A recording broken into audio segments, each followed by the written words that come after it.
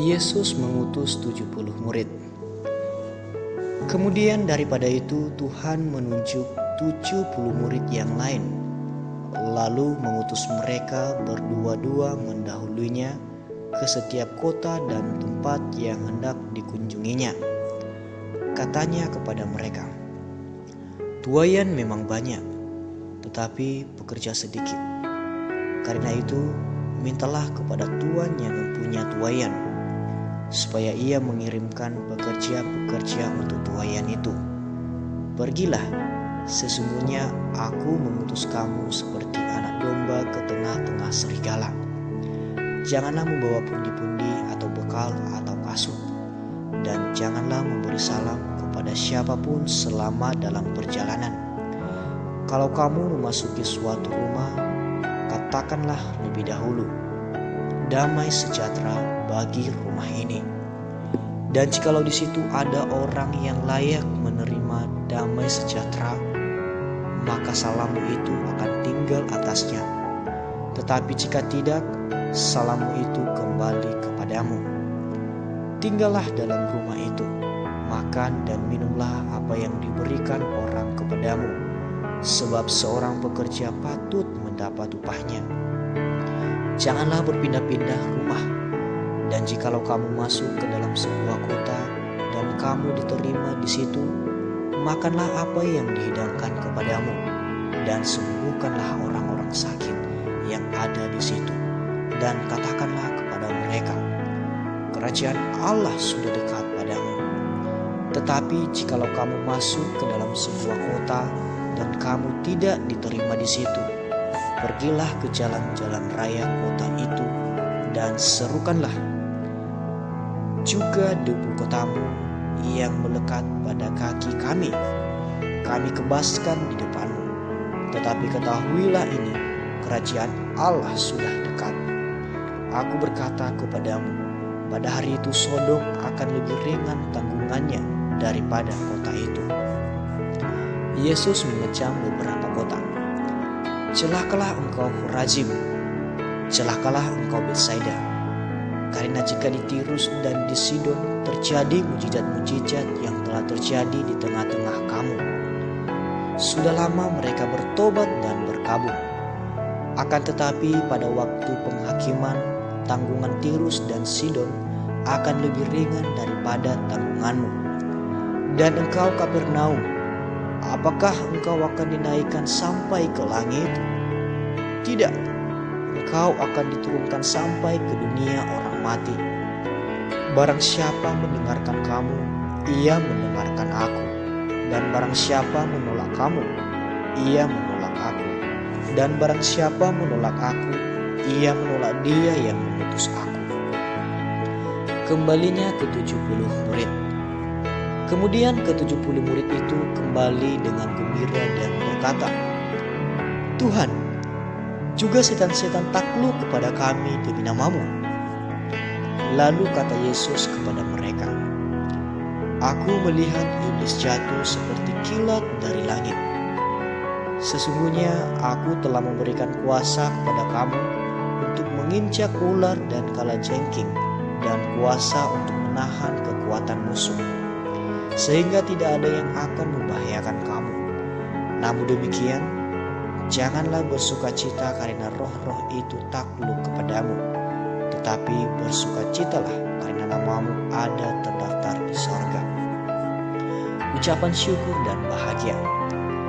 Pada waktu itu juga bergembiralah Yesus dalam Roh Kudus dan berkata, "Aku bersyukur kepadamu, Bapa, Tuhan langit dan bumi, karena semuanya itu engkau sembunyikan bagi orang bijak dan orang pandai, tetapi engkau nyatakan kepada orang kecil. Ya Bapa, itulah yang berkenan kepadamu. Semua telah diserahkan kepadaku oleh Bapakku, dan tidak ada seorang pun yang tahu siapakah anak selain Bapa, dan siapakah Bapa selain anak, dan orang yang kepadanya anak itu berkenan menyatakan hal itu." Sesudah itu berpalinglah Yesus kepada murid-muridnya tersendiri dan berkata, "Berbahagialah mata yang melihat apa yang kamu lihat, Karena aku berkata kepada kamu, banyak nabi dan raja ingin melihat apa yang kamu lihat, tetapi tidak melihatnya, dan ingin mendengar apa yang kamu dengar, tetapi tidak mendengarnya. Orang Samaria yang murah hati. Pada suatu kali berdirilah seorang ahli Taurat untuk mencoba Yesus. Katanya, "Guru, apa yang harus kuperbuat untuk memperoleh hidup yang kekal?" Jawab Yesus kepadanya, "Apa yang tertulis dalam hukum Taurat? Apa yang kamu baca di sana?" Jawab orang itu, "Kasihilah Tuhan Allahmu dengan segenap hatimu, dan dengan segenap jiwamu, dan dengan segenap kekuatanmu, dan dengan segenap akal budimu, dan kasihilah sesamamu manusia seperti dirimu sendiri." Kata Yesus kepadanya, "Jawabmu itu benar. Perbuatlah demikian, maka engkau akan hidup." Tetapi untuk membenarkan dirinya, orang itu berkata kepada Yesus, "Dan siapakah sesamaku manusia?" Jawab Yesus, "Adalah seorang yang turun dari Yerusalem ke Yerikho. Ia jatuh ke tangan penyamun-penyamun yang bukan saja merampoknya habis-habisan, tetapi yang juga memukulnya, dan yang sesudah itu pergi meninggalkannya setengah mati. Kebetulan ada seorang imam turun melalui jalan itu. Ia melihat orang itu, tetapi ia melewatinya dari seberang jalan. Demikian juga seorang Lewi datang ke tempat itu. Ketika ia melihat orang itu, ia melewatinya dari seberang jalan. Lalu datang seorang Samaria yang sedang dalam perjalanan ke tempat itu. Dan ketika ia melihat orang itu, tergeraklah hatinya oleh belas kasihan. Ia pergi kepadanya, lalu membalut luka-lukanya. Sesudah ia menyiraminya dengan minyak dan anggur. Kemudian ia menaikkan orang itu ke atas keledai tunggangannya sendiri, lalu membawanya ke tempat penginapan dan merawatnya. Keesokan harinya ia menyerahkan 2 dinar kepada pemilik penginapan itu. Katanya, "Rawatlah dia, dan jika kau belanjakan lebih dari ini, aku akan menggantikannya waktu aku kembali."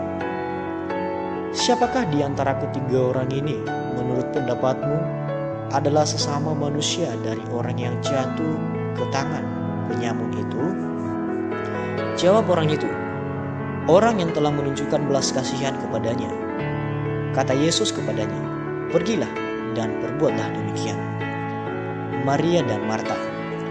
Ketika Yesus dan murid-muridnya dalam perjalanan, tibalah ia di sebuah kampung. Seorang perempuan yang bernama Marta menerima dia di rumahnya. Perempuan itu mempunyai seorang saudara yang bernama Maria. Maria ini duduk dekat kaki Tuhan dan terus mendengarkan perkataannya. Sedang Marta sibuk sekali melayani. Ia mendekati Yesus dan berkata, "Tuhan, tidakkah Engkau peduli bahwa saudaraku membiarkan aku melayani seorang diri? Suruhlah dia membantu aku." Tetapi Tuhan menjawabnya, "Marta, Marta, engkau khawatir dan menyusahkan diri dengan banyak perkara. Tetapi hanya satu saja yang perlu. Maria telah memilih bagian yang terbaik, yang tidak akan diambil daripadanya."